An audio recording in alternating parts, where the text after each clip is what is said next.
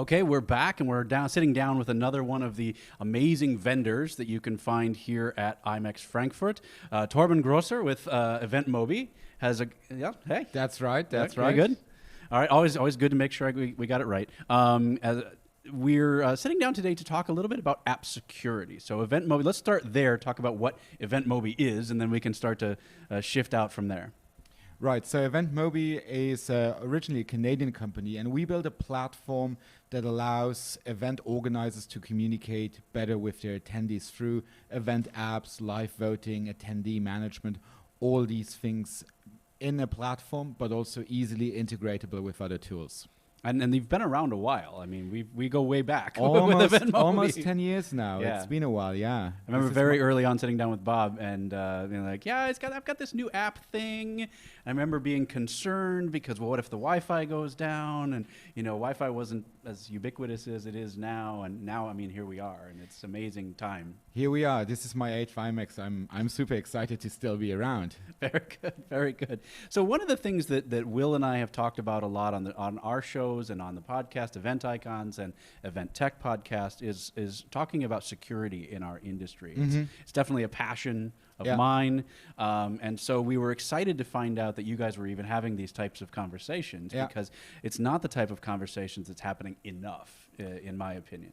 That's right, and I think even at EventMobi, the particular reason why we have amassed such an expertise is because we always had or almost always had a German office, and Germans for historic reasons are crazy about security and privacy, and so we as a company from a quite early stage started having these conversations internally, and it's quite interesting when you start a company. Most small startups that come up with event technology, security right next to filing your taxes properly is right at the back of your head. So that's nothing that you start with. And that's why I'm always impressed when I do find event technology companies that do seem to be having it in mind. And I was very hesitant.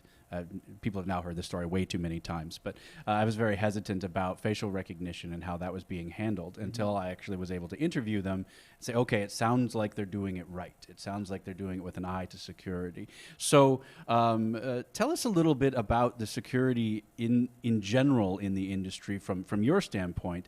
And I've been told to ask specifically about attendee lists. Oh my God. Yeah. So don't try this at home, but there's this thing you could do on Google where a person could do this. A person, a hypothetical person could Google for attendee list type :XLS, so that Google only gives you Excel files, and it dumps out thousands of attendee lists of events that event planners, without worrying about it, have just copied on their Dropbox, have copied on their website. And this is really one of the points where this entire issue starts, that because people use Excel quite a lot, and Excel is not really a very good secure file format, these things end up on public websites and public databases, and they're just accessible to everybody. And not only is that a violation of many privacy laws like GDPR, but it's also putting these people that have their details published at a risk, for example, for fraud and so on. So building a platform that keeps data safe is quite important. And really, the most basic thing where it all starts is with encryption. And I'm actually really happy. Online, the paradigm has slightly shifted. If we had this interview a year ago, I would tell you a website is encrypted if there's a small green lock on the top of your browser bar. Have you noticed that has changed now?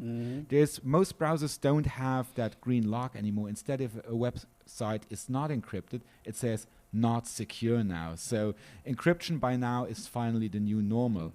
And so anybody who's using event technology should make sure that their supplier sends data in an encrypted fashion. Now, what's more to that is that if you store any data online, you can also do something that's called at-rest encryption. So that means not only are the files encrypted when they're being sent from A to B, but they're also encrypted while they're stored on a hard drive somewhere. Now, why is this important? Because maybe somebody steals your server. Maybe there is, for whatever reason, physically steals your laptop or your server, or maybe there's a government intervention that allows somebody to take out that server, and suddenly you cannot guarantee for that data being secure anymore. Now, encryption isn't the perfect, it isn't a silver bullet either, but it gets you as close to keeping data safe as possible. It's definitely better than an exposed Excel spreadsheet. Oh yeah, on the website. I think, let's take just a little step back. I mean, I'm really glad to hear that these are things that you're working on in the industry and promoting in the industry. I think it's important to have the conversation for those that might not have heard some of the other episodes that we've done on this about the types of data that we're talking about. I think sometimes when in the industry, we're talking about hackers and things like that. Well, who's going to hack me? Or I only have one credit card, so who cares? I can cancel it and that kind of thing.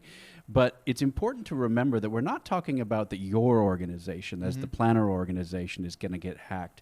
We're talking about your attendees. We're talking about the things that the data that they have, that they and their personal information, and that information is a gold mine into getting into their organization. So it's not that you're going to get hacked, it's that you're going to be the venue, the avenue for the attack. Because we're talking about names, addresses, spouse names, flight numbers.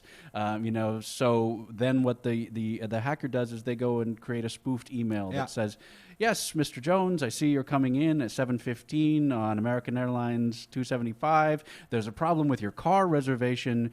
We need you to, please, get that kind of thing. Yeah.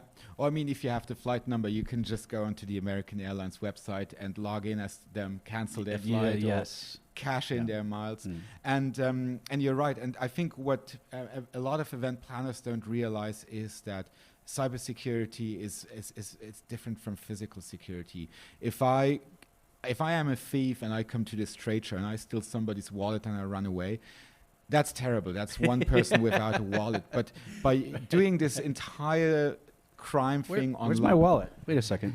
I'm sorry. But by doing it online, you can suddenly easily, without any hesitation, do that same thing to 15,000 people at a time. And the sheer scale is what makes this so interesting, and also why this information is so worthwhile protecting. I mean, it's as you said, it's not about protecting the individual, but it's because event planners handle...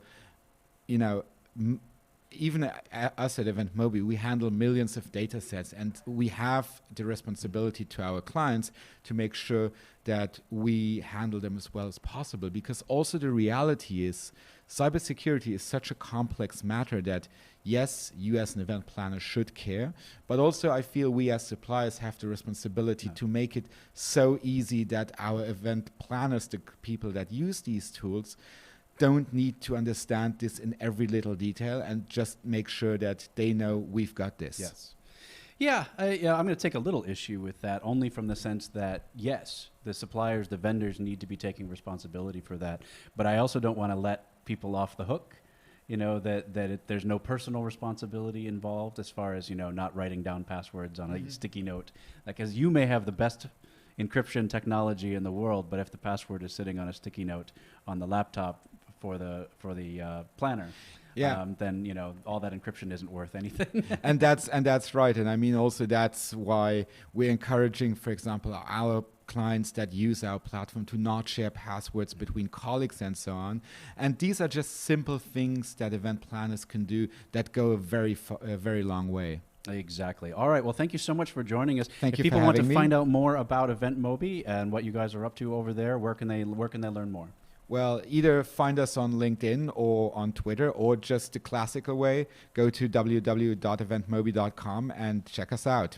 Perfect. Sounds good. We'll have some more interviews in just a moment.